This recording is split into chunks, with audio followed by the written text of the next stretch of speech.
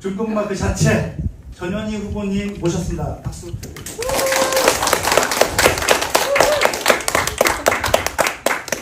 사실 오늘 총 5번째 진행을 하는데요. 오늘 이 후보자님들 모실 때마다 항상 같은 생각을 하게 됩니다. 이분들 도대체 어떤 생각을 갖고 후보자로 입후보하셨는지, 어떤 포부를 갖고 계신지 그런 얘기를 위주로 오늘 질문, 거의 Q&A 방식이 될 것 같습니다. 그래서 오늘 간담회 순서는 지난 어제까지 총 4명의 후보에게 공통적으로 질문했던 공통 질문 시간 좀 가질 거고요. 제가 오늘 어제 밤부터 전현희 후보님 뒷조사 좀 했습니다. 그래서 후보님께서 그가 어떻게 살아오시면서 어떤 언행을 해오셨는지 그런 거 위주로 특화 질문 좀 진행할 예정입니다. 그리고 마지막으로 시간이 될지 안 될지 모르겠지만 시간이 좀 남는다면 마지막으로 오늘 간담회에 참석해 주신 일반 당원들의 질문을 받는 순서로 진행을 해보도록 하겠습니다. 시작 전에 이제 8명인데 제가 동작을 운영위원입니다. 계세요? 네, 지난 화요일날 복덕방 개업식 했습니다. 동작을 유상명 복덕방 개업식에 있으니까 전국 단위 물건 취급할 수 있습니다. 저희 유상명 지역위원장님 잘 좀 부탁드리고요. 본인 그때 학원도 보내주시고, 축하 영상도 보내주시고, 더 엄청나게 제 감사를 대신해서 말씀드리도록 하겠습니다. 유상명 지역위원장하고 어떤 인연이 있으신죠? 네, 특수관계입니다. 특수관계? 네. 가족은 아니시죠? 제가 켜드리겠습니다. 일단 윤석열 정권에서 탄압받은 그런 또 동지적인 관계가 있고요. 그리고 또 하나는 이재명 당대표 테러대책위원회 제가 위원장이고 또 위원이십니다. 그래서 테러대책위 활동을 같이 하시고 또 계속적으로 회의도 하고 어디 고발하러 가거나 뭔가 항의하러 가거나 이럴 때 늘 동행을 하셔서 굉장히 이제 동지애적인 그런 마음을 가지고 있습니다. 네, 그리고 총수에서 이번에 안타깝게 아주 좀 이기는 줄 알았더니 조금 안타깝게 사퇴를 하셔가지고요. 반드시 우리 유상명 위원장이 꼭 다음에는 국회에 오실 수 있도록 또 제가 챙겨야 되는 그런 책임감을 가지고 있습니다. 네, 감사합니다. 잘 부탁드리겠습니다. 제가 잘 부탁드려요. 그리고 복덕방 아이디어 낼 때 저랑 같이 의논을 했었는데요. 너무 좋은 아이디어 같아요. 사실 공익중개 사이트보다 복덕방 이러면 굉장히 친근감이 들잖아요. 네, 그래서 너무 좋은 것 같습니다. 그래서 함께 하고 싶었는데 시간 일정 때문에 제가 못 가가지고 축사 영상으로 미시했습니다. 사실 최고위원 후보 나오시면서 이번 당원대회가 7월 19일부터 8월 18일까지 약 1개월 정도 진행을 하는데 사실 대표의 후보자들은 총 3분 중에 3분이 나오셨는데 그분들은 지상파하고 지상파하고 종편 포함해서 총 5번의 TV 토론이 있어요. 근데 최고위원 후보자들은 오마이뉴스인가요? 네. 엊그저께 딱 25일날, 7월 25일날 딱 한 번 했죠. 그러다 보니까 후보자님들께서 직접적으로 당원들이라든지 직접적으로 대화할 수 있는 시간이 많이 적고 그런 상황들이 좀 진행하다 보니까 후보자들도 각자가 본의가 아니게 절대 아니죠. 다르게 제시자나 후원자들의 과도한 열의 이런 것들 때문에 확인되지 않은 소문들 이런 것들도 많이 있어서 이번 시간에 그런 소문들이 있다면 좀 해소를 하는 시간도 갖고 우리 후보님들이 과연 어떤 생각을 갖고 어떻게 2년의 최고위원 기간을 이제 보내실 계획이신지를 이제 여쭤보는 시간을 갖고자 하는 겁니다.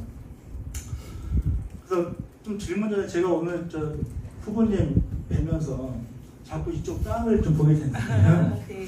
지난 19일날 유성열 탄핵 관련 청문회 때 좀 부상당하셨는데 좀 괜찮으신지 모르겠어요. 네, 그때 오른쪽 밤에 부상을 입고 그다음에 허리와 오른쪽 다리를 이제 타박상을 입었는데 허리를 삐고 그러니까 염자라고 하죠.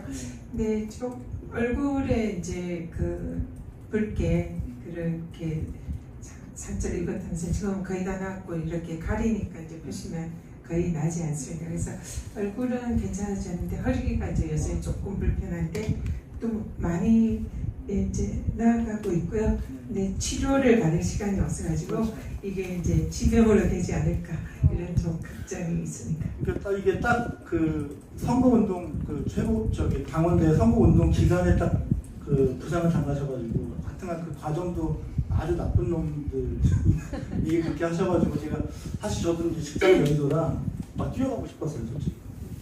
그때 사실 지금 이제 윤석열 탄핵 청원이 국민들 150만 명 가까이 접수를 해서 법사위에서 국회법에 따라서 청문회를 진행을 하는데 국민의힘에서 이 탄핵 청문회를 막고자 그 사실 지도부부터 국민의힘 의원들 당직자들이 법사위 회의장을 거의 이제 점거를 했었어요. 그래서 그걸 뚫고 우리가 이제 회의장에 진입을 해야 되는데 사실상 지난번에 패스트 트랙 사건 때 그때 여야 의원들이 같이 엉켜서 싸우면서 그때 여야 의원들 민주당 의원들도 같이 고발이 됐고 재판을 받고 있거든요. 그래서 이번에도 자칫하다가 그런 사태가 발생을 하겠다 이런 생각이 들어서 안에 법사위원장에서 회의를 하다가 제가 이제 총대를 맺기로 했습니다. 제가 스스로 손을 들고 제가 제일 앞장서겠다. 그리고 우리 정청래 위원장이 제 뒤에서 이렇게 이제 들어오시면 위원장님께 길을 열어드리겠다. 설마 저한테 좀 그렇게 세게 하겠냐 여성인데 그래서 제가 자신만만하게 제가 앞에서 이 길을 탈 테니까 위원장님 뒤에 따라오십시오. 이러고는 이제 나간 거예요. 나갔는데 길을 안 비켜주더라고요. 그러면서 거기에서 몸싸움이 나서 제가 제일 앞에서 길을 뚫는 그런 이제 역할을 하다가 거기서 이제 밀쳐지고 뭐 쓰러지고 이 과정에서 하여튼 다치고 부상을 입고 그렇게 했습니다. 사실 근데 말도 안 되는 일이죠. 이거는 정당하게 합법적으로 진행하는 그런 법사위 청문회고 이것을 폭력을 써서 다중이 위력으로 막은 이거는 어떻게 보면 특수공무집행 방해 내지는 선진화법 위반으로 명백히 국민의힘이 불법을 저질렀다. 그래서 거기에 대해서 사실상 반드시 책임을 져야 한다 그렇게 생각합니다. 그래서 저는 왜 이런 일들이 반복되는지 동물국회를 막고자 해서 국회 선진화법을 이제 제정을 한 거지 않습니까? 국민의힘이 사실 자기들이 주도적으로 만든 법이에요. 그렇게 했는데 네. 사실 지금 5년 전에도 뭐 빠루 나경원 포가 빠루죠. 그분은 이제 대표되는 그런 사건이 있을 때 그때 정말 일벌백계 형식으로 잘 처벌이 되고 재판이 완료가 됐다면 이런 일들이 재발이 안 됐을 텐데 그런 과정들이 생각되다 보니까 계속 재발되는 게 아닌가. 그래서 지금 법사위에 계시니까 재발 방지를 위해서라도 나중에 법제처장이라든지 그 법원 행정처장 이렇게 오시면 빨리 진행을 왜 안 되는지 그거 좀 꼭 물으셔야 될 것 같습니다. 재발 방지. 네, 정말 지적을 잘해 주셨는데요. 그때 빠루 나경원으로 상징되는 국민의힘 의원들이 지금도 재판을 받고 있어요. 지금 4, 5년째 받고 있는 거죠. 진행이 되지 않고 있습니다. 그렇기 때문에 사실상 국회 선진화법에 의하면 아주 이거는 중한 범죄거든요. 그래서 사실 이번에 국회에 들어올 수도 없는 그런 정도의 중범죄인데 이번에 그냥 국회에 들어가서 계속 재판이 연기되고 그러다 보니까 국민의힘이 그걸 믿고 이번에도 또 똑같이 그런 짓을 한 거거든요. 그래서 빠루 나경원 이러면 파스 전현희 이번에 파스 붙이고 다녔는데 사실 그게 상징하는 바가 크다고 생각합니다. 뭐 그렇게 그 국회를 동물국회로 만든 당사자 그리고 동물국회의 피해자 그런 이제 상징이 있다고 생각하는데 이런 부분에 대해서 더 이상 민주당도 계속 피해만 당할 것이 아니라 이 사실 이 부분에 대해서 아주 정당한 법의 집행이 이루어질 수 있도록 해야 되고요. 제가 법사위에 있는 만큼 반드시 그 불법적인 행위에 대해서 그 책임자들은 처벌받을 수 있도록 열심히 챙기겠습니다. 하여튼 오늘 그 간담회 통해서 이렇게 전현희 그 후보님 같은 경우는 아까 최초의 중검마 전현희로 제가 말씀드렸는데 이제부터 퍼스트 어벤져 전현희 혹은 파스 전현희로 제가 부를 수 있도록 하겠습니다. 하여튼 오늘 간담회가 전현희 후보에 대해서 올바른 투표를 할 수 있는 정보 제공을 하는 기회가 되길 바랍니다. 그럼 본격적으로 질문 들어갈 텐데요. 아까 말씀드렸던 공통 질문을 먼저 드려보도록 하겠습니다. 여기 보면 이제 민주당의 대의원 연합회 소속 민대련 대표께서 와 계십니다. 이준영 대표님이신데요. 먼저 질문을 하나 드리도록 하겠습니다. 예, 안녕하세요. 민대련 대표입니다. 오늘 좀 무거운 질문이 많으실 거라 저는 가벼운 질문 준비했습니다. 그 울산시당에서 당원전 운영을 6시까지로 제한한다고 공지했습니다. 이게 6시까지면 직장인들은 참여를 못하죠. 이게 당원 주권 시대에 역행하는 행위라 생각되는데 이에 대해서 어떻게 생각하시는지 좀 의견 말씀해 주시고요. 그리고 당원이 묻고 최고위원 후보가 답하다에 답변을 주신 거 보면 지방선거공청에서 공정한 경쟁이 보장되는 시스템 구축이 필요하다고 하셨습니다. 이에 대한 구체적인 방안을 좀 말씀해 주시면 좋겠습니다. 참고로 저희가 민대련, 민민련 한 7개 단체가 작년에 그 총선 특별당규 개정안 초안도 발의했었거든요. 그래서 지방선거 이 공청에서 아주 관심이 많습니다. 네, 감사합니다. 이번 최고위 선거 그리고 전당대회 시대의 정신이 당원 주권이다 이렇게 생각합니다. 사실상 당원이 주권자가 돼서 지도부도 뽑고 그리고 당원들의 뜻이 반영되는 그런 민주당을 만들어가는 과정이고요. 이게 크게 보면은 지금 이제 정치 지형도 바뀌고 있다고 생각합니다. 지금 과거에는 국회의원들이 국민들의 민의를 대신한 대의 정치가 주류였다면은 지금은 이 여러 가지 디지털 매체라든지 국민들의 또 당원들의 권리의식, 주권의식이 높아지면서 직접 민주주의의 그런 요구가 굉장히 높아지고 있다 생각하거든요. 그것을 이제 디지털 이 시대에 걸맞게 디지털 직접 민주주의가 지금 구현되고 있는 그런 시대적 과제가 지금 진행되고 있다. 저는 이렇게 표현을 합니다. 그래서 직접 민주주의, 간접 민주주의 대의제가 그 사실상 왜곡되고 있는 이런 부분을 직접적으로 그 디지털 민주주의를 통해서 구현을 하는 그 바로 이제 현장이 이번에 민주당 전당대회다 생각하고요. 저는 바람직한 방향이다 생각합니다. 그리고 지난번에 이제 국회의장 선출 과정에서 많은 당원들과 국민들이 실망했던 부분, 그 부분에 대해서 아직은 과도기적 그런 이제 대의제와 직접 민주주의의 과도기적 상황이다 생각하는데 그런 부분에 대해서 국회의원들도 이제는 점점 그 중요성을 깨닫고 이 당원들과 국민들의 그 요구나 의견에 반영해야 된다 이런 게 이제 지금 점점 인식이 되고 있습니다. 그렇기 때문에 이번 전당대회에서 디지털 직접 민주주의로서 당원이 주인이 되는 당원 주권이 확립되는 그런 계기가 돼야 된다 생각하고요.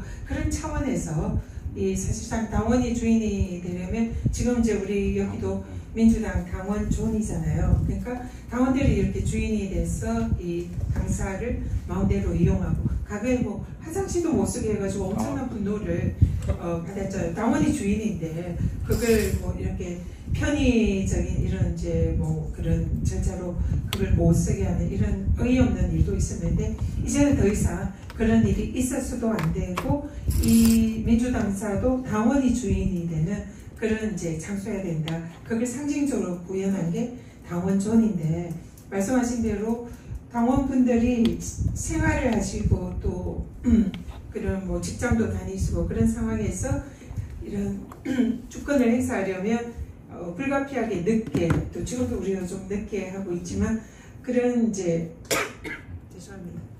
천천히 하십시오.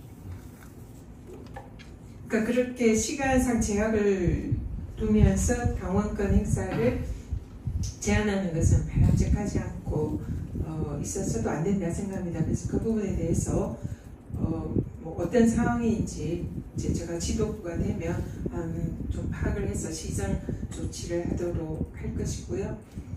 앞으로도 이 지방선거 이 부분에 있어서도 당연히 이제는 당원의 의사가 반영이 돼야 된다 생각합니다. 그 말씀하신 죄송합니다. 그 방법론으로 이번에 총선에서도 사실상 당원들이 후보를 뽑았잖아요.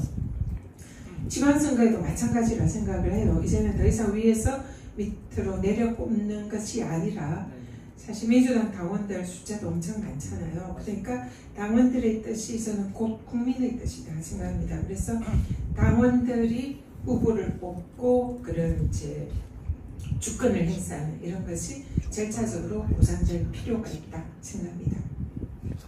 사실 대의민주주의는 직접민주주의를 할 수도 없는 그런 상황이기 때문에 대안적으로 나타나는 거지 않습니까? 그런데 사실 이번에 저희 그 당원 대회를 진행할 때 투표권을 갖고 있는 권리당원 수가 128만 명 정도로 제가 알고 있는데요.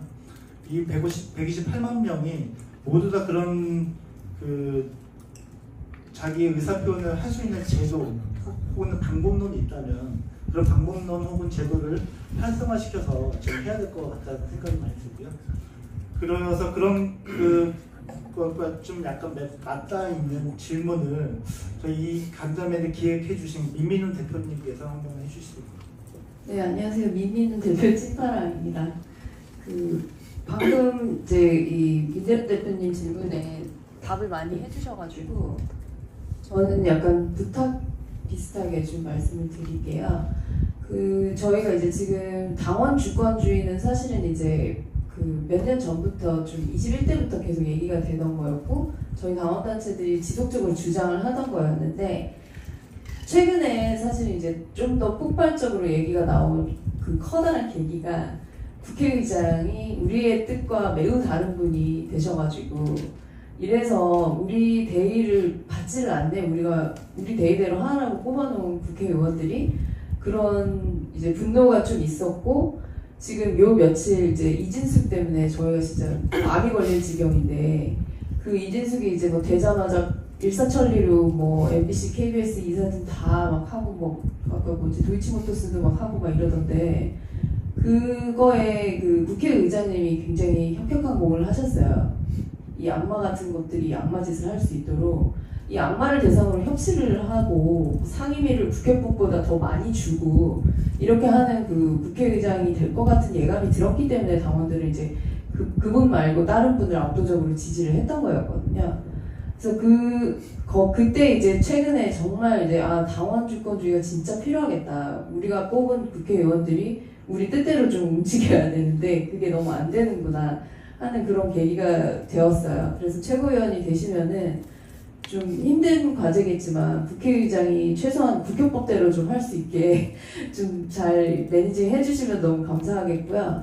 그 당원주권 관련해서는 제가 그 앞에다가 자료 좀 놔드렸는데 나중에 시간 나실 때 좀 봐주시면 좋을 것 같은데요. 저희 그 당원단체들이 모여가지고 워크숍을 하면서 그 민주당이 진짜 이것만은 제발 좀 혁신해줬으면 좋겠다 하는 것들을 꼽아놨고요. 그리고 모바일 정당 방금 너무 답변 너무 잘해주셔서 굉장히 만족스러운데요. 그 모바일 정당 관련해서도 저희가 직접 아예 안을 만들어서 거기 안에 넣어놨어요. 그래서 최고위원 되시면은 그걸 좀 많이 참고를 해주시면 감사하겠습니다. 네, 저도 전적으로 똑같은 생각이고요. 지금은 국회의원들이 과거에 일단 뽑히고 나면 그 사실상 이제 자기가 대리인이기 때문에 마음대로 뭔가 대리권을 행사해도 된다. 이 생각에서 벗어나야 된다 생각합니다. 이제는 늘 뭔 일을 하든지 표결 하나 하더라도 아니면 뭐 법 하나, 정책 하나 만들더라도 늘 국민과 당원이 어떤 생각을 할까, 어떤 요구를 할까 여기에 기속되는 것이 맞다 생각하고요. 그렇기 때문에 지금 이제 점점 시대가 바뀌고 있기 때문에 그런 디지털 직접민주주의를 통해서 구현되는 당원 주권 거기에 대리인이 국회의원들은 당연히 존중해야 되고 지도부 또한 마찬가지다 생각합니다. 그래서 제가 지도부에 들어간다면 당원 주권을 실질적으로 구현하는 그런 지도부로 제 앞장서겠다 약속드리겠습니다.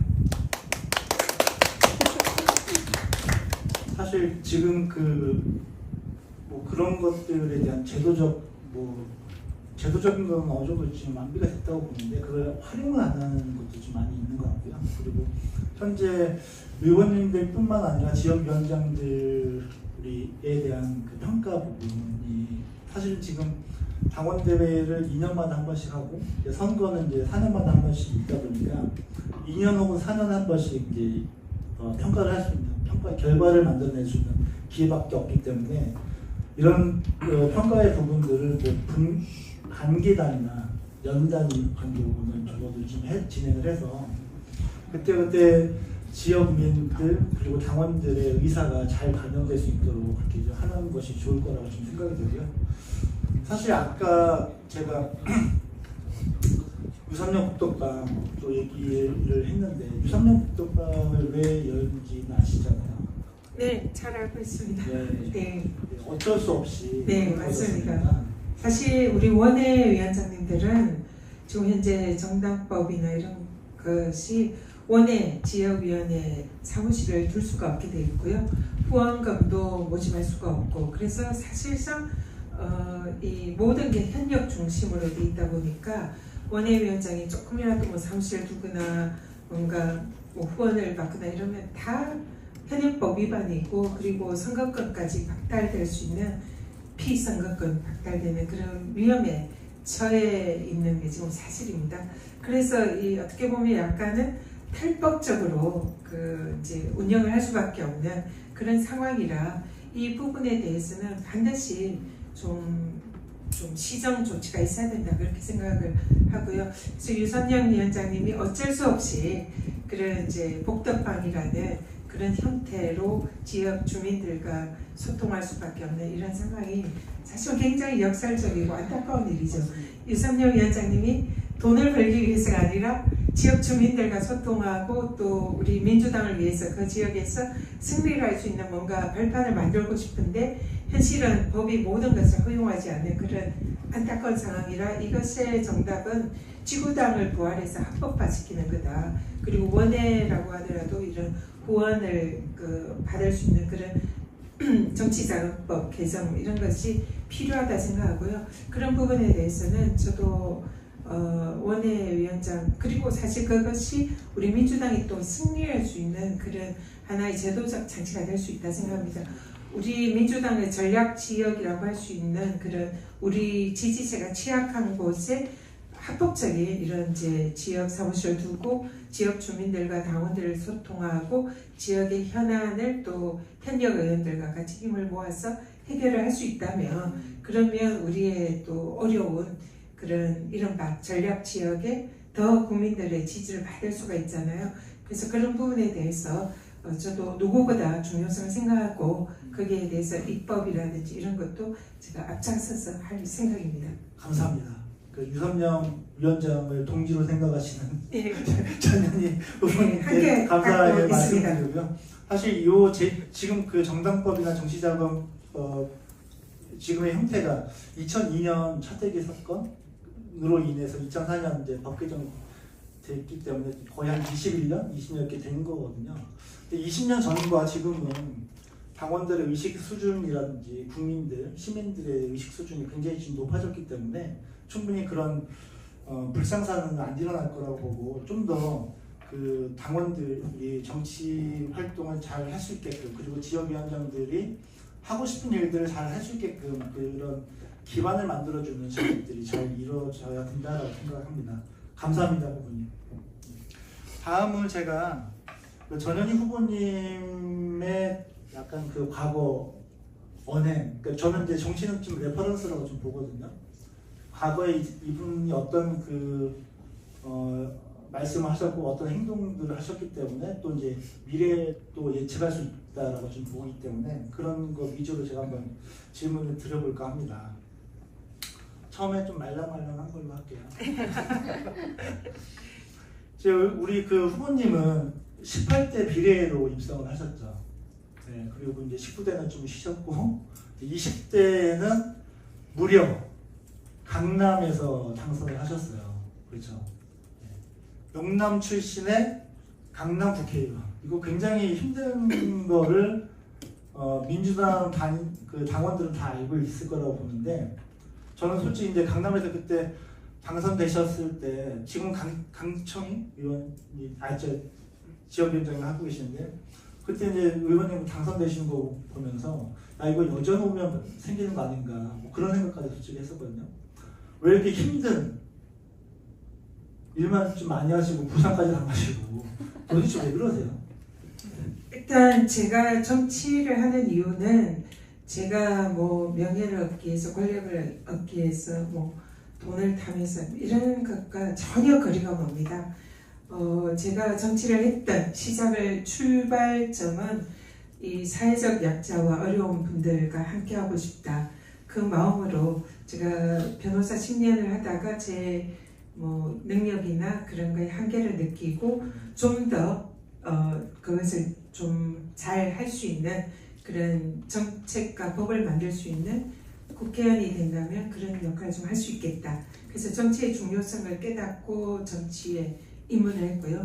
민주당을 또 제가 선택을 한 것은 이 민주당이 저의 그런 정치를 하려는 그런 의미, 사회적 약자와 동행하는 그런 민주당의 정각 정책에 공감하고, 또 제가 영남 출신이기 때문에 당시의 민주당은 제가 2008년 이제 비례대표로 시작을 했는데 당시에는 민주당이 호남당으로 거의 낙인이 찍혀 있었어요. 지금은 이제 전국 정당이 됐지만, 그래서 이 만국병인 이 지역주의를 깨는 데에 영남 출신인 제가 호남당이라고 일컬어지는 민주당에 가면 조금이라도 역할을 하지 않을까. 그 두 가지 이유로 제 스스로 민주당을 문을 두드려서 이제 다행히 운이 좋게 정치를 하게 됐습니다. 그런 마음으로 민주당에 들어왔기 때문에 그런 늘 초심을 잃지 않으려고 생각을 하고 있고요.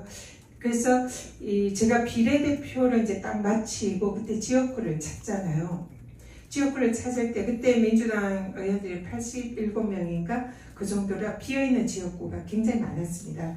그래서 어느 지역이든 민주당으로서 좀 쉬운 지역을 선택해서 갈 수 있는 그런 환경이 있었어요. 근데 제가 그렇게 민주당의 좀 쉬운 지역이라고 일컬어지는 그런 지역을 선택하지 않고 제가 그때 강남을 선택했습니다. 그 이유는 민주당 비례의원으로 민주당의 혜택을 받았잖아요. 그러니까 민주당의 그 은혜를 보답해야 된다. 이게 첫 번째였고, 두 번째는 제가 생각했던 정치의 초심, 지역주의를 깨겠다, 계급주의를 또 깨겠다. 거기에 제가 마중물 역할을 하겠다. 당선이 안 되더라도 그런 역할을 해서 우리 정치를 좀 더 개혁하고 민주당이 전국 정당화되는데 제가 역할을 좀 하고 싶다. 그래서 사실 떨어질 거 알면서 강남을 도전했습니다. 역시 떨어졌고요. 그래서 그때 저희는 뭐 주위에서는 모든 분들이 왜 쉬운데 선택을 해서 쉽게 갈 수 있고 국회의원 당선이 될 가능성도 높은데 87석이니까 우리가 좀 갈 수 있는 곳이 꽤 있었을 거 아닙니까? 그런데도 그냥 그 어려운데 그렇게 고집을 부려서 왜 가려고 하냐. 근데 제가 생각했던 그 정치의 본질, 정치의 의미를 제가 좀 역할을 하고 싶다는 그 사명감 때문에 그런 일을 했고요. 그래서 전혀 그때 후회가 없었습니다. 당선이 안 됐더라도. 그리고 이제 4년을 쉬다가 다시 도전을 해서 이제 또 강남에 도전했죠. 그때도 안 될 줄 알았어요, 솔직히. 그냥 떨어지더라도 나는 나에게 맡겨진 역할이나 소명을 다하겠다. 그래서 도전을 했는데 이번엔 다행히 당선이 됐습니다. 그래서 많은 분들이 그런 생각에 공감해 주시구나 이런 생각을 했고요. 그리고 제가 항상 그러니까 남들이 가지 않은 길, 그리고 저를 뭔가 좀 희생을 해서 쓰임새가 있게 하는 일, 이런 거에 저의 정치적인 목적이 있다 이렇게 생각합니다. 그래서 이 정치할 때 막 자리를 탐하거나 뭔가 더 이 높은 데 가려거나 이런 생각을 해본 적이 없습니다. 그리고 이번에도 최고위원에 도전하겠다는 생각은 처음부터 없었어요. 근데 이게 제가 퐁당 3선이더라고요. 그러니까 18대에 시작해서 낙선, 당선, 낙선, 당선. 그래서 어쨌든 중진 의원이 됐습니다. 그래서 초심으로 들어가면 당과 당원들에 의해서, 국민들에 의해서 제가 또 은혜를 입었잖아요. 그러니까 책임 있는 중진 의원이 됐기 때문에 그 책임을 다해야 된다. 그래서 뭔가 이번에 손 놓고 있지 않고 지금 정말 절체절명의 위기에 있고 우리 민주당이 해야 할 일이 정말 많은 시기인데 이때에 제가 몸을 던져야 되겠다 이런 이제 책임감이 있었고요. 그래서 또 더구나 윤석열 정권과 맞짱떠서 최초로 싸워 이긴 투사라고 하지 않습니까?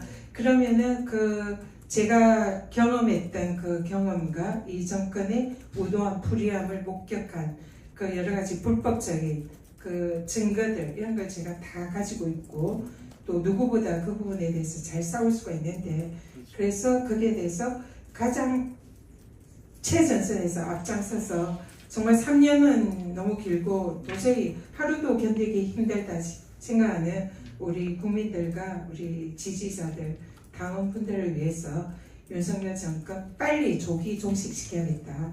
그래서 준비된 대통령 후보 우리 이재명 후보를 조기에 빨리 대통령으로 우리 등판을 시켜서 진짜 위기에 빠진 우리 대한민국을 구하는 데 제가 역할을 해야 되겠다. 정말 이런 절실한 사명감을 가지고 이번에 출마를 결심했습니다. 그래서 쉽지 않은 길이지만 제가 윤석열 정권 때 탄압을 받으면서 그때 정말 죽음과 같은 공포를 견뎠고 실제로 이러다 죽겠구나 이런 생각까지 했거든요. 그런데 그 과정을 싸우고 이기면서 이제는 강철 같은 심장이 됐습니다. 사실은 이제 아무것도 두렵지 않고요. 저들이 저를 죽이려고 해도 저는 두렵지 않고 그래서 가장 최전선에서 이 윤석열 정권과 맞짱 떠서 실제로 싸워 이겼고 그리고 싸워서 이길 자신이 있고 그래서 그 역할을 하기 위해서 힘든 길이지만 제가 하고 싶다 그런 각오가 되어 있습니다. 사실 21대 그 낙선 박수 박수 빼서 죄송합니다. 사실 21대 그 낙선하시면서 국민권익위원장 하실 때 그 막판에 정말 그 말도 안 되는 감사원의 정치 감사, 표적 감사 이거 때문에 굉장히 진짜 한 10년은 늙으셨을 것 같고 근데 또 그 과정을 잘 이겨내셔가지고 끝낸 또 승리하셨지 않습니까? 그러면서 굉장히 또 우리 당원들한테 또 힘을 좀 주셨던 것 같은데요. 그때 굉장히 많이 힘드셨죠? 제가 우리 박정훈 대령한테 청문회에서 필승 경례를 했잖아요. 저 뭉클했어요. 네, 이게 박정훈 대령이 그때 무슨 말씀하셨냐면 죽음과 같은 공포를 느낀다. 윤석열 정권 탄압을 받으면서 그런 말씀을 모두 발언해서 하셨어요. 제가 그때 정말 가슴이 떨렸어요. 똑같은 표현을 제가 썼거든요. 윤석열 정권 탄압을 받으면서 죽음과 같은 공포를 느낀다. 얼마나 두렵고 무섭고 외로우면 그런 말씀을 하시겠어요. 저도 똑같이 느꼈거든요. 그래서 지금은 제가 그분을 지켜줄 수 있는 위치에 있잖아요. 그때 당시에서도 고립무원으로 아무도 저를 도와주지도 않고 혼자서 싸워왔거든요. 그래서 그때 느꼈던 그 공포감은 정말 이러다 죽겠구나 그런 생각이 들었습니다. 근데 우리 박정훈 대령이 그런 고통을 받고 있다는 그런 걸 제가 들으면서 이분에게 뭐라도 좀 힘이 되어 드려야겠구나. 그리고 국민과 또 우리 국회와 민주당이 함께하고 있다. 이걸 정말 알려드리고 싶다. 그래서 그런 이제 힘내시라 필승이라는 인사를 드렸고요. 국민과 당원이 함께하고 있으니까 반드시 당신을 지켜드리겠습니다. 그런 뜻으로 인사를 드렸습니다. 실제로 그때 어느 정도였냐면 일단 대통령이 시작했잖아요. 저를 공격했잖아요. 국무회의에 올 필요 없는 사람. 그리고 국무회의에 바로 그 직후에 밤을 빼더라고요. 제 국무회의 자리도 없애고 명패도 없애고 그리고 또 업무 보고 안 받겠다. 장관들 업무 보고 빼라. 그래가지고 업무 보고 진짜 막 그 여러 날 밤새워가지고 준비한 업무 보고 다 그냥 날리고 그러면서 국민의힘 뭐 대표, 뭐 원내대표 순서대로 돌아가면서 저한테 이제 계속 물러나라 사퇴하라 뭐 온갖 모욕적인 단어를 쓰면서 이제 계속 압박을 하는 거예요. 그리고 사퇴하지 않으면 고발하겠다, 뭐 검찰 수사 의뢰하겠다, 감사원 감사시키겠다, 뭐 별별 뭐 모욕적인 단어를 쓰면서 이제 압박을 하는 거죠. 그리고 보수 언론이 여기에 동참을 하는 거죠. 신호에 맞춰서 모두가 계속적으로 이제 저를 파렴치한으로 몰고 뭔가 비위가 있는 것처럼 계속 몰고 심지어 이런 것도 있어요. 민방위 보기. 노란색 민방위 보기인데 윤석열 정권 때 파란색으로 바뀌었잖아요. 행안부에서 그거를 이제 장관들에게 지급을 합니다. 근데 이제 그 행사에 이제 그걸 입고 가야 되는데 그래서 행안부에 그걸 달라고 이랬더니 안 준다는 거예요.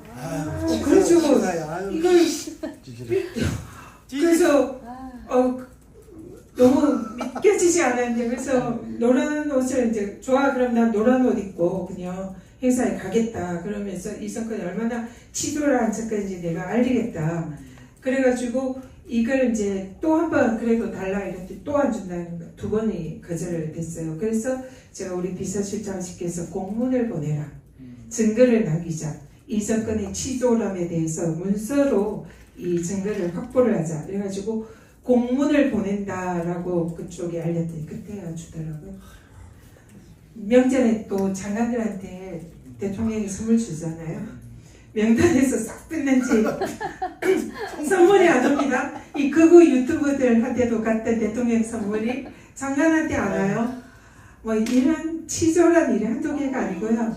그 직원들을 시켰는지 어쩐지 오셔 직원들이 그냥 저에 대해서 일거수일투족을 매일 감시해가지고 그걸 또 용산에 계속 보고를 합니다. 지금 미행하고 있다 아니면 뭐 도청 당한다 감찰 당한다 뭐 내가 누구를 만나고 어떤 얘기를 하고 이런 게 끊임없이 다 조사되고 이러는 상황인 거죠. 거기에다가 이제 감사원이 우리 권익위에 쳐들어와가지고 거기 권익위에 사무실을 차리고 이제 저를 압박하는 표적 감사를 시작을 해요. 직원들 7, 80명을 계속 조사합니다. 위원장 비위를 불어라 위원장이 시킨 거 아니냐 이런 식으로 하는 그 1년을 보냈어요. 근데 그거를 과정에서 저는 정말 대통령이 시작하고 검찰 독재 정권이잖아요. 지도새도 모르게 저는 죽을 수 있고 그런 협박도 많이 받았습니다. 무사하지 못할 거다. 빨리 물러나라. 뭐 이런 게 계속 이제 이 모처에서 계속 협박이 들어오고 근데 그걸 정말 견뎌내면서 1년을 보냈는데 그 과정에서 진짜 나날이 밥도 못 먹고 잠도 못 자고 공포스럽고 거의 공황장애가 오는 그런 상황이었어요. 그러니까 공포스럽고 신경이 극도로 곤두서니까 고환화사까지 오더라고요. 그러면서 제가 그래도 절대로 이 정권에 이 무도하고 불법에 무릎 꿇지 않겠다. 내가 죽는 한이 있어도 반드시 이 정권과 싸워 이기겠다. 그 마음으로 결국은 끝까지 싸워서 임기를 마쳤습니다. 그리고 저에게 그런 정권의 사냥개가 돼서 저를 탄압하는 데 앞장섰던 감사원 그 유병호 사무총장 아시죠? 그 유병호 사무총장의 그 사단들 감사원장 16명을 몽땅 고발 조치를 했고요. 제가 직접 다 고발장을 작성했습니다. 그리고 지금 그들을 한 명 한 명 공수처에서 지금 소환 조사를 하고 있어요. 그래서 그냥 임기를 끝까지 마치고 이긴 것에 또 그치지 않고 반격을 가해서 그들을 법의 심판대에 하나하나씩 세우고 반면에 저는 감사원 사무처가 그렇게 저를 잡으려고 죽이려고 했지만 감사원에서 최종적으로 감사위원회에서 전현희 위원장 모든 혐의 아무런 혐의가 없다 깨끗하다 그런 그 불문 무혐의 결정을 내렸어요. 그러니까 완벽하게 승리를 하고 판결을 한 거죠. 그때 이제 후보님 굉장히 고생 많으셨고요. 그때 그리고 저희가 항상 뒤에서 마음적으로 후원을 많이 해드렸던 거는 지금 기억해 주셔서 감사합니다. 고맙습니다. 말씀하셨듯이 요즘에 사실 뭐 시대 정신이라고 해야 될 거예요. 뭐 그런 거는 윤석열 탄핵과 검찰 개혁이라고 좀 생각이 드는데요. 또 후보님 이외에 다른 7분도 다 그런 내용들은 하나같이 말씀을 하고 계시고요. 전현희가 생각하는 하우투 관점에서 어떻게 하면 된다, 뭐 이런 게 좀 있으신 말씀 주시죠. 지금은 검찰 독재 정권입니다. 정치 검찰들이 지금 대한민국을 장악하고 있어요. 군사 독재 시절에는 그 군사 정권의 총칼, 체류탄, 몽둥이에 맞서서 우리의 민주 투사들이 화염병이나 돌멩이 아니면 맨몸으로 싸웠습니다. 그때 우리 민주 투사들은 그렇게 정말 목숨 걸고 싸웠죠. 근데 지금 검찰 독재 정권은 새로운 유형의 투사가 필요하다 생각하고요. 지금 이 검찰 독재 정권이 모든 권력기관을 장악하고 있어요. 검찰 장악했지, 권익위 장악했지, 감사원 장악했지, 방통위 장악했지, 언론마저 지금 장악하려고 하고 있습니다. 그래서 군사 독재 정권보다 더 교묘하게, 그러나 사실은 이것을 장악하고 있는 정점에 있는 대통령 부부는 실제로 그 과거 우리 박근혜 정권 탄핵했잖아요. 그때보다 어떻게 보면 더 불법적이고 더 무도한 사실상 탄핵 사유가 차고 넘쳐요. 근데 우리가 탄핵을 시키지 못하고 그냥 우리가 지금 이렇게 이 정권에 끌려가고 있는 것은 검찰 독재 정권이 정치 검찰 출신으로 법 기술을 써서 이런 권력기관을 장악하고 언론을 장악해서 국민의 눈과 귀를 흐리고 있다 생각합니다. 그래서 우리의 과제는 이 정치 검찰을 끝장내야 된다. 그래서 정치 검찰을 끝장내기 위해서는 첫 번째로 검사들, 정치 검찰, 그래서 이 정치 검찰을 해체해야 된다 생각합니다. 그래서 이 기소권만 주고 기소청만 하게 하고 수사권은 박탈을 해야 되고요. 그래서 반드시 이걸 해야 된다. 그렇게 생각하고, 또 하나는 계속 강조하지만 윤석열 정권, 검찰 독재 정권 끌어내야 된다. 탄핵시켜야 된다 생각합니다. 그래서 그 일이 굉장히 중요하고, 그거를 제가 윤석열 정권과 싸워 이겼고, 법 논리로 무장한 법기술자보다 더 정교하고 더 치밀하게 공격하는 것이 필요하다. 그걸 제가 누구보다 잘할 수 있겠다 이런 생각을 하고요. 그래서 이 정치검찰 해체 그리고 정치검찰 탄핵, 이것이 가장 중요한 일이고 새로운 지도부의 과제다 생각합니다. 일단 그 후보님께서 잘 하실 거라고 좀 보고 응원 계속 할 수 있도록 하겠습니다. 시간이 얼마 남지 않아서 중요한 건 딱 한 가지 정도 더 여쭤볼게요.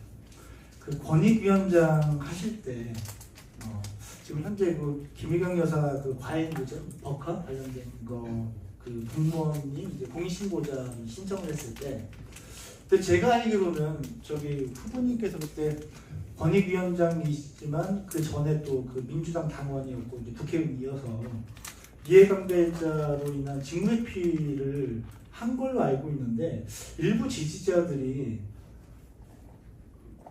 그 사람을 그 공익제보자로 만들기 위해서 일부러 안 했다 이런 소문을 내고 있어서 저는 굉장히 아니라고 지금 말을 많이 하고 있는데, 그 의원님께서 직접 얘기를 한번 해주시는 게 좀 좋을 것 같아요. 네, 일단 우리 그 김혜경 여사님이 지금 그 버카 문제로 정말 엄청난 고통을 받고 계세요.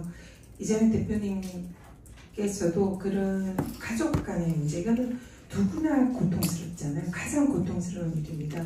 그래서 그 부분에 대해서는 전 정말 안타깝게 생각을 하고, 또 거기에 대해서 우리 지지자분들께서 권익위에서 그게 조금 공익신고자로 인정을 해가지고 뭐 그런 거 아니냐 이렇게 생각하는 서운한 마음을 가지고 계신 거에 대해서는 그래도 당시에 주무부처의 기관장으로서는 굉장히 저도 안타깝고 또 굉장히 송구하다는 말씀부터 먼저 드립니다. 그 부분에 대해서 근데 좀 약간의 오해가 있는 부분이 있는 것 같아요. 일단 권익위는 그 한 해 수만 건의 공익신고가 접수가 됩니다. 국민신문고 시스템을 통해서요.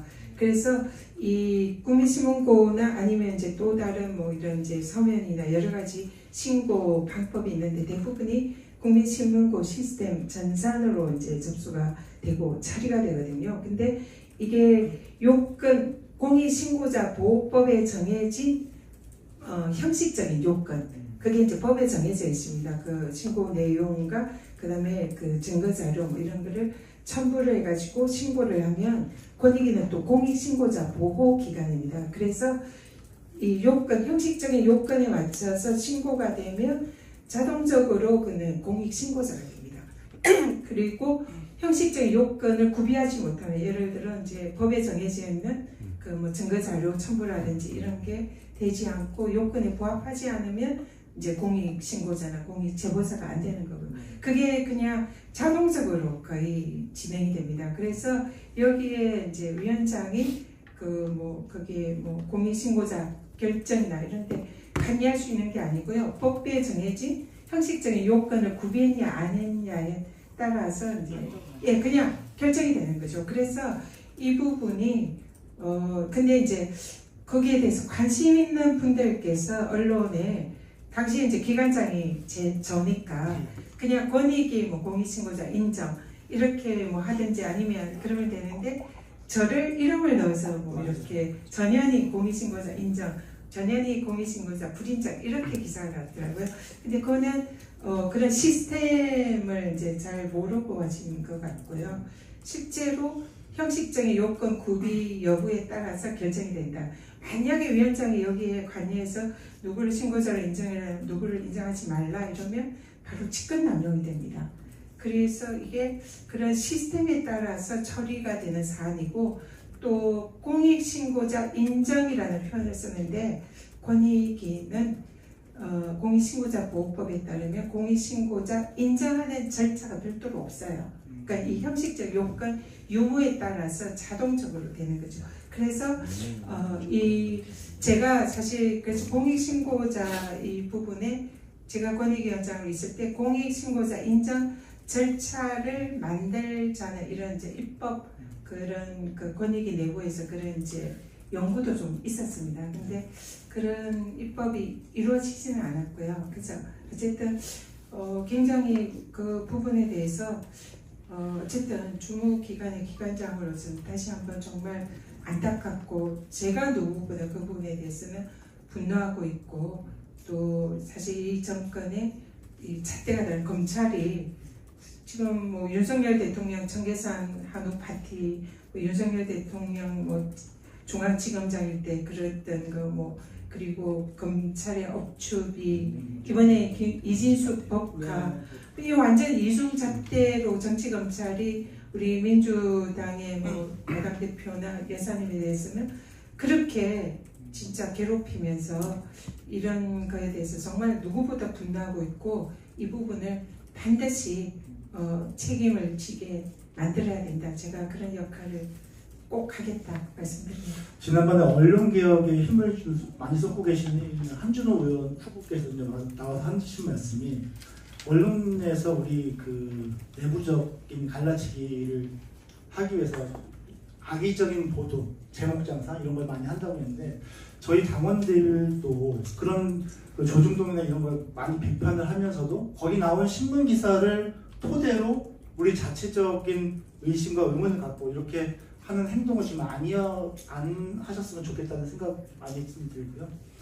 지금 시간이 많이 다 돼서 일단은 그 간담회를 마쳐야 되는데 잠시만요. 마쳐야 되고요.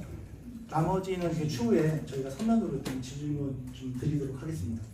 오늘 한번 꼭 하셔야 될 거예요. 이 사실 당원들이 제일 궁금해하는 부분이 네. 그 시스템적으로 그건 알고 있거든요. 혹시 권익위원장 권한으로 거부할 수 있었느냐? 합법적으로, 그러니까 불법적인 직권남용이 아니라 합법적으로 거부할 수 있었느냐? 아니면 거부할 수 없었느냐. 사실 요게 이제 관심권이거든요. 그 질문. 네, 제가 지금 감사원 감사를 받고 국민의힘이나 윤석열 정권의 가장 권익위원장 감사, 정치적 감사의 주요 사유 중에 하나가 추미애 장관 이해충돌 유권에서 이걸로 이 사건의 탄압을 엄청 받았습니다. 제가 유권 해석에 개입을 해서 직권남용이라는 거예요. 그런데 그러니까 방법이 없었다라고. 그 부분도 사실이 아니거든요. 권익의 시스템에 따라서 처리를 했지만 이 정권은 저를 잡기 위해서 없는 사실 가지고 제가 직권남용을 했다라고 하고 저를 이제 사실 검찰에 고발을 했습니다. 그걸 가지고. 그러니까 권익위는 이런 해석이나 공익신고나 이런 게 워낙 많은 주무부처라 한 해 수만 건이 들어오기 때문에 이거는 그냥 직원 차원에서 시스템에 따라서 다 처리가 되는 거예요. 그래서 위원장한테, 위원장이 장관급 기관장이잖아요. 그러니까 뭐 검찰총장이나 뭐 경찰청장이 이 박근태 의원도 그랬는데 직인이 찍혀 있다고 해서 경찰총장 경찰 뭐죠? 거기가 청장이 면허전에 직접 발부하거나 이런 건 아닌 거니까 마찬가지죠. 그래서 수만 건이 엄청나게 많은 신고 사건이 접수되고 처리되는데 위원장이 관여할 수가 없어요. 네. 그리고 꼭 그 질문을 드려서 해명하실 기회를 드리는 게 좋을 것 같은 게 지금 이걸로 너무 후보님을 좀 비난하는 그런 흐름이 있어서요. 그래서 검사 탄핵 표결 사인 모두 불참하셔가지고 어떤 사정이 있었는지 좀 설명해 주시면 감사하겠습니다. 일단 명백히 제 불찰입니다. 일단 저는 검사 탄핵 100% 찬성하고요. 당연해야 되고 제가 지금 정치검찰 해체해야 된다고 주장을 하고 있잖아요. 그렇기 때문에 제가 뭐 반대하거나 기권하거나 이런 게 전혀 아닙니다. 당연히 이 검사, 정치검찰 특히 이번에 4명 이건 제가 법사위에서 직접 탄핵을 시킬 겁니다. 그렇기 때문에 전혀 사실이 아닌데 당시 상황을 좀 설명을 드리자면 그때 본회의가 언제 열릴지 그러니까 여야가 막 이렇게 이제 서로 뭐 대치하고 있는 상황에서 그래서 민주당 의원들 모두 국회 내에서 이제 대기하고 있으라 이렇게 원내에서 방침이 있었어요. 그래서 저는 그때 마침 그날 대정부 질의가 민주당의 2번째 순서로 예정이 돼 있었어요. 그래서 본회의가 열리면 바로 대정부 질문을 해야 되는 상황이었어요. 그래서 이걸 이제 좀 준비를 하려고 제가 국회에서 의원회관에서 우리 보좌진들과 대정부 질의 준비를 하고 있었습니다. 그리고 언제 본회의가 열릴지 몰라서 계속 이제 TV는 켜놓고 본회의 열리면 달려가야지 이러면서 대정부 질문을 준비를 하고 있는데 갑자기 TV에서 의장님이 땅땅땅 하면서 이제 본회의가 열리는 거예요. 그래서 막 그때 정신없이 달려갔는데 이미 표결이 끝난 거예요. 그래서 제가 그때 땅을 치고 이게 근데 대정부 질문도 중요하잖아요. 그거를 해서 저들을 공격을 하고 또 거기에 대해서 국민들에게 알려야 되니까 그걸 열중하다 보니까 본회의장과 우리 의원회관이 거리가 좀 있어요. 그래서 정말 불이 났게 달려갔는데 이미 갔더니 그게 표결이 끝나서 어쨌든 제 불찰입니다. 그래서 반드시 법사위에서 이 4명의 검사들 탄핵 제가 앞장서서 꼭 탄핵 우리 소추하도록 제가 꼭 챙기겠습니다. 네. 죄송합니다. 오늘 데일리한 여론조사 나왔는데 김민석 1등, 민영배, 정봉주, 전현희 후보님 4등 나왔습니다. 네. 그 뒤에 이제 한준호 후보 있었는데요. 공교롭게도 저희가 간담회를 진행하는 후보들 전부 다 20명 올라와 있었습니다. 그래서 반드시 또 전현희 후보님 최고위원 꼭 되실 거라고 믿고요. 사진 찍을 시간도 없을 것 같으니까 일단 제가 전현희 하면은 화이팅 한번 같이 하시죠. 전현희 화이팅! 감사합니다. 우리 당원분들 뜻을 잘 받들어서 윤석열 정권 반드시 조기 종식시키겠습니다. 화이팅! 화이팅! 38광땡입니다. 우리 이재명 대표 기호 3번 전현희 기호 8번. 8번 38광땡 불패 무적의 조합입니다. 반드시 우리 이재명 대표 조기 대통령 반드시 만들겠습니다. 감사합니다. 아 지금 우리 다운분들이 하도 오해를 해가지고 좋은 기회 주셔서 감사합니다. 네. 아 진짜 치면 그리고 여기서 지금 시간이 안 되시면 다음 가서 해바라기는 국민 바라기. 저는 알아요. 근데 그거 가셔서 가셔서 네, 네. 그쪽 가서 돼요. 알겠습니다. 저도 이렇게 이유로 들어서 그러니까요. 시간이 좀 하도 부족해가지고 진지해지라고 어이없는 말을 해주시다. 빨리 가세요. 빨리 가세요. 네. 다시 어찌됐든 간에 가셔서 좀 부탁드릴게요. 알겠습니다. 답변. 안지골TV 얼른 가서. 네. 고맙습니다.